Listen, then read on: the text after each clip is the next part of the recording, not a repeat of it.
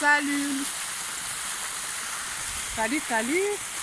Baninga boni à poto, hein, pour ça, la vacances. Été. Nous avons été debout, hein. Les gens ont dit pas à la poto, dans la parc, moi, ouais. Pour ça, la vacances, goût. Maman, elle a tiré au beau, la vacances. Été mort, elle est qui.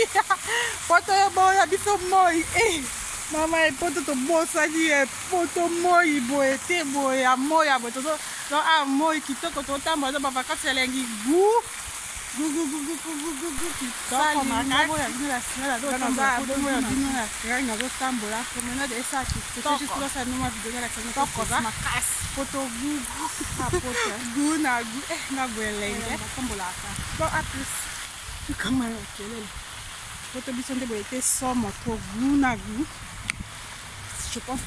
Je passe mes vacances. Changer langue, ça photo, goût, goût,